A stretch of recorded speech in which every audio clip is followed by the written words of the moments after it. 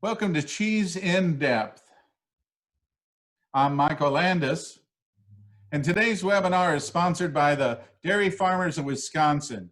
With over 1,200 licensed cheesemakers in the only state that requires a license to make cheese, they're also the only place outside of Europe that a master cheesemakers program.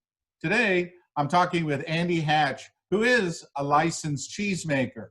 Thank you, Michael, and I really was flattered that you asked me to be part of this. I know we've done so many of these in person over the years, and now that we're into a new era, I'm glad we're going to continue via Zoom. And thanks to those of you tuning in, whether it's live or via recording later on. I'm here in our barn in Dodgeville in Wisconsin, and as unusual as it seems maybe to talk at a computer for the next 45 minutes, I'm really glad to know that on the other end are so many people interested in cheese, and that we're finding ways to continue to connect, and that's been really important for me, as isolated as I am, to stay in touch with the people out there who buy and sell and eat our cheese, and taste some of our cheese together, and handle any questions that you'd like to submit through Michael. I'm happy to talk about just about anything. So please, let it fly with questions. But we tapped a vein of just, I think, spectacular cheese from last August that has just loads of character already at 9 months, and it's got a really kind of seductive, fudgy texture that we're in love with. And rather than continue to age it and dry down that texture, we want to send it out into the world now and share it. There's some really nice cheese out there. So hopefully some of you have a piece of cheese with you. I've got one here, and from it I cut a little wedge. Some of you maybe not accustomed to tasting cheese. If you've just pulled it from the fridge, you'll want to try to warm it up a little bit, and that's what I'm doing here. Just smushing it between my fingers. This will help warm it up a little bit, and it'll also release some aroma from the cheese. Give you a chance to smell it a little better. This is just like, swirling wine in your glass.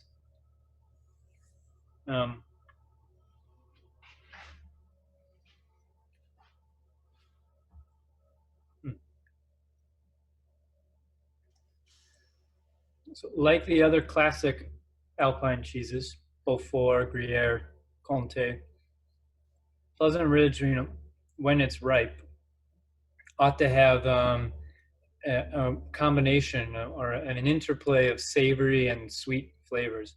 And I think that's what makes this style of cheese so compelling. We all love sweetness, and there's a lot of sweet cheese out there. It's just tastes like a butterscotch candy or toffee.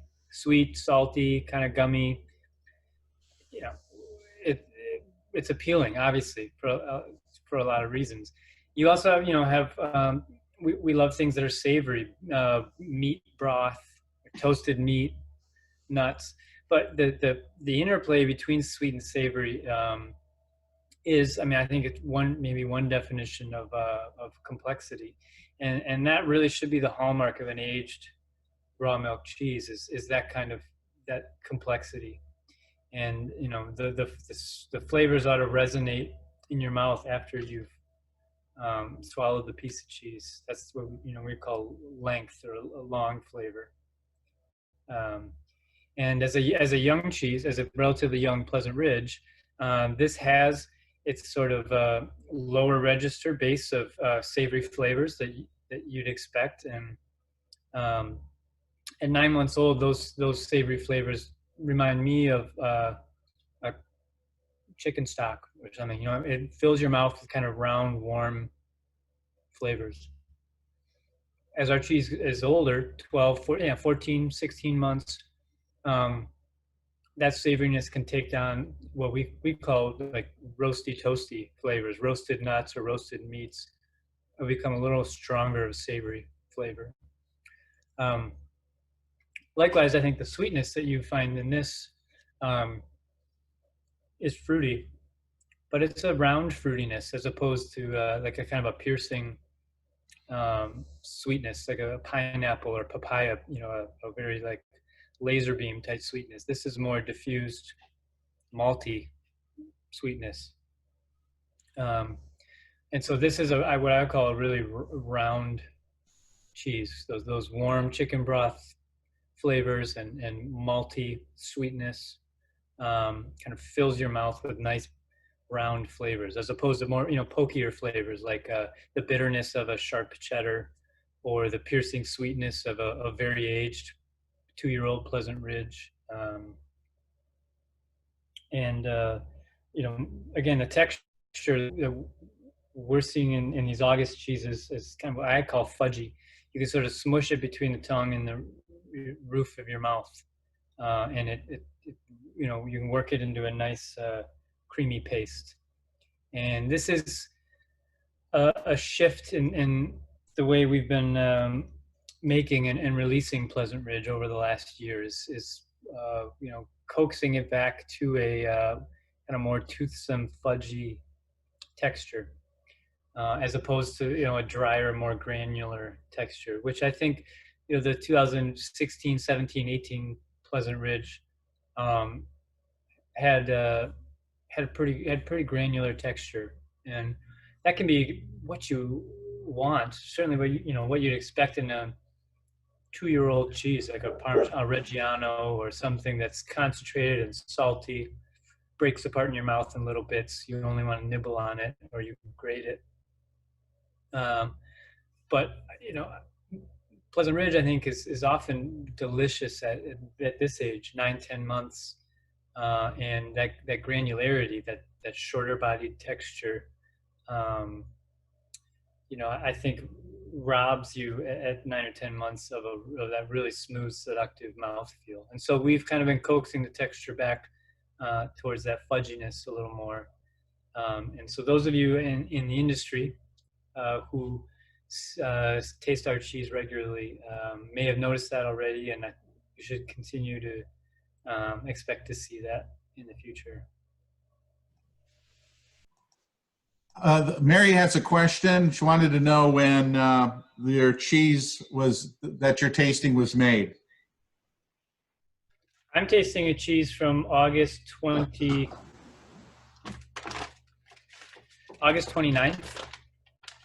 very late August, almost my birthday. It also is an award winner. Is that correct? Yes, it's won quite a few awards over the years. Yes, it's been named the best of show cheese by the American Cheese Society 3 different times, which is a record. And it's won a smattering of other awards, and that doesn't sort of naturally fall into my a presentation like this by default. We're flattered by that kind of recognition.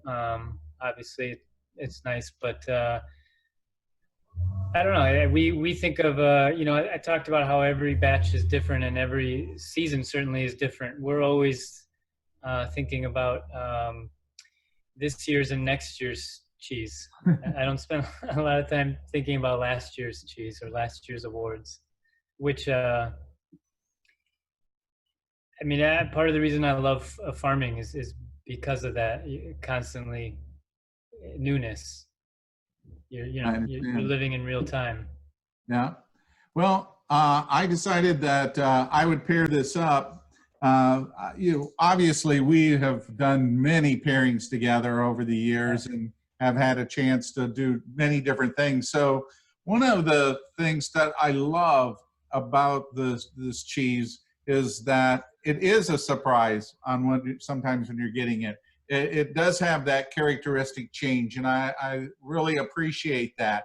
And today's version of it is honestly one of my favorites because it has not only the nuttiness, but it has that little bit of acidity in there that just really makes it so clean. So what I decided to do is I'm going to pair it up with Bonnie's Jams. And I have this really nice apricot and orange, which plays on the sweet and orange citrus on that, bringing out a little bit of the fruitiness there. I decided to go with the Volpi Coppa, which is, it's dried pork with pepper, nutmeg, and allspice. And then, having a little bit of a cracker to it, chose the Firehook sea salt organic Mediterranean cracker. I just wanted some saltiness in there. And of course, to be able to pair it up with a beer, I chose the local beer, which is Cigar City. And this is their Tocobaga red ale. And, when I first moved here to Tampa 20 years ago, this was my go-to beer. I just adore this. I love red ales. I broke my heart when Pete's Wicked Red went out of business and no longer came available. But, when you're looking at being able to pair this up, that maltiness that you want to bring in there, but with the fruitiness that you get from the jam, the nutmeg, and then the cheese. One of the things that I was concerned about when I did the pairing was that they would all just kind of overpower the cheese. But the beauty of your cheese is that it can stand up so well to all these flavors and merge these, which is really amazing that you get all these great flavors. And, the beer by itself works beautifully with this. This is an IPA style, so it's got a little bit of a citrus note on it. Oh man, is it wonderful on there. Yeah, I was talking about the interplay of savory and sweet, and that's exactly what you've gone and done with the fruit preserve and the charcuterie. It's Alpine style cheeses are so versatile for that reason. It can play with either side. You're making me thirsty. Well, this is my dinner. Yeah, all these things here. You don't have to go out and get crazy with the pairings on this cheese.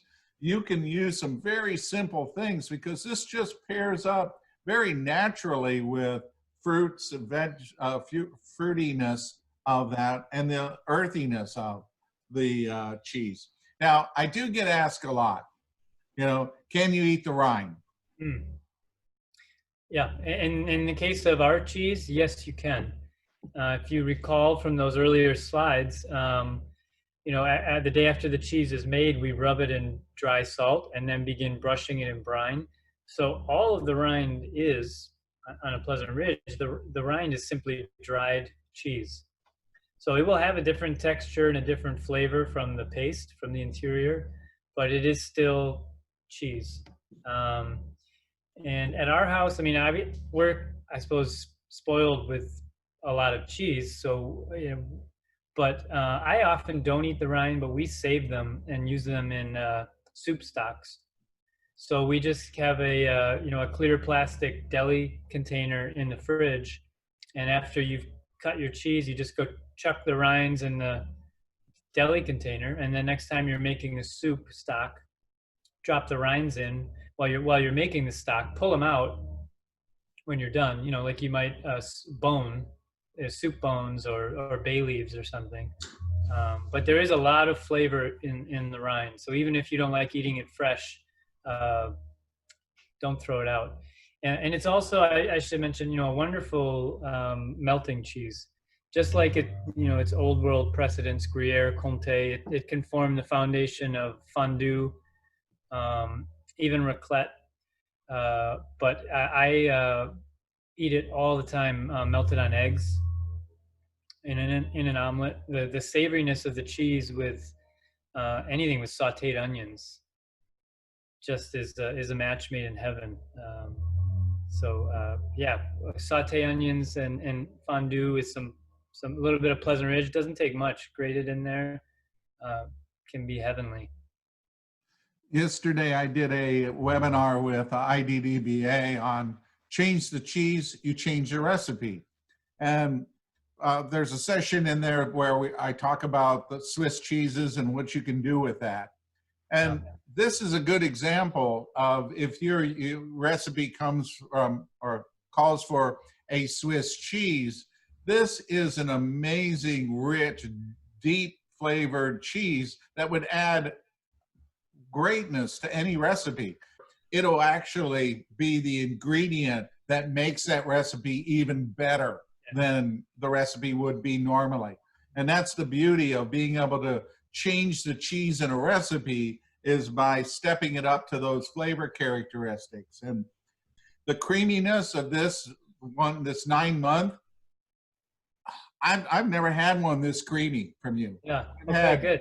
I'll put you in the creamy I've had camp a little bit more intense, but the richness and the slight tang on there is magnificent. Yeah. Yes. Yeah. The combination of that, the warm richness, and you said that acidity makes your mouth water a little bit. It's yeah, it can be really. That's compelling. why you need the beer. That's why you need a beer. I have my beer fridge is right there. I'm not long for the fridge.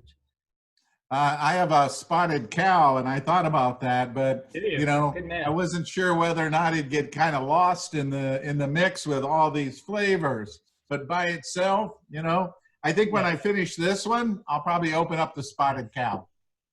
Yeah, great. Well, if you ever need some, you let me know. I'll send it down. All right. Well, you can count on that. I'm down to my last 2 bottles. Well, this has been great, Michael. Thank you again for including me in your series, and thank you for doing this series. You know, it's great for the whole industry, the cheese community, to, you know, have ways to touch each other and talk and keep learning. And I appreciate that you're doing this. Thank you. Thank you. It's my pleasure, and it's always good to see you. So the thing that I always like to say at the end is to remind everybody that when you are buying a cheese from the producers, from Andy, from any one of these guys, is that you're not just buying a piece of great, magnificent, exceptional, award-winning cheese. You are supporting farmers' families. You're supporting a community. You're really giving other people opportunities to make a living and to live, thrive, and survive in this pandemic. And it's really important that you support them. And this is a great way. You know, just because the Victory Box is gone doesn't mean that you can't order his cheese. You can order as much as you want. He'll sell you wheels. You know, there's an unlimited amount that you can order online. So don't be afraid. He'll pack extra ice in it. You bet. That's true. Please, you know, send me an email or go onto our website. We'd be happy to send you some of this delicious August Pleasant Ridge. And of course, as Michael said, and I should have, support your local cheese shops. You know, they too are struggling through this. And if they don't have our cheese, please remind them that they can get it. It is available all over the country, and that you'd like them to bring it in. So thank you for that, Michael. Sure. Well, you know, when you're in that vein and supporting local businesses, when you're supporting somebody local, you're taking care of their family and your own community as well. But the cheese has to get there. So you're supporting a salesperson, you're supporting a distributor, you're supporting truckers, you're supporting an entire chain of people that be able to bring that and other cheeses to you when you go out to buy a cheese. So, you know, buying online is wonderful because you'll support directly. But if you have an opportunity to be able to buy from a retailer, please take that opportunity and do that. And thank them for their love and dedication during this time of bringing those cheeses to you. Yes, well said. Thank you. All right. So, Andy, anything else you'd like to say before we head out here? I think you said it so well. Please, whether you're ordering from home or you're out and about again, support American cheese producers. It's a really important part of certainly where I live, our countryside, and we need your support now more than ever. So, and we appreciate it. So, thank you, and thanks for tuning in and listening today. If you have other questions, I'm pretty easy to get to. Just Andy@uplandscheese.com, or go through our website, and please stay in touch. If there's anything that you can't get a hold of him, reach out to me. You have my email address from the registration, and I'll be happy to get you two together. So we'll keep this going, and we certainly appreciate that. So there's more to come.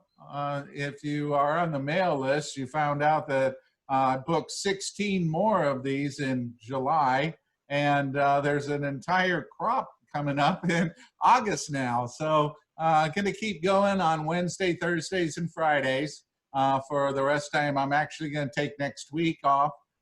It's been a little busy, so that. But this will be on my YouTube channel, Michael Landis Cheese. So you can share this and order his cheese and play along. All right. So Andy, good to see you, man. We'll talk to you soon. Michael. Thanks again. Bye, everybody. Bye. I want to take this moment to thank the dairy farmers of Wisconsin for sponsoring this segment. And for those of you, I want to thank you again for taking the time to be able to sit down with Andy and myself and really enjoy his story. So thank you very much. Have a very safe time. And remember, wash your hands.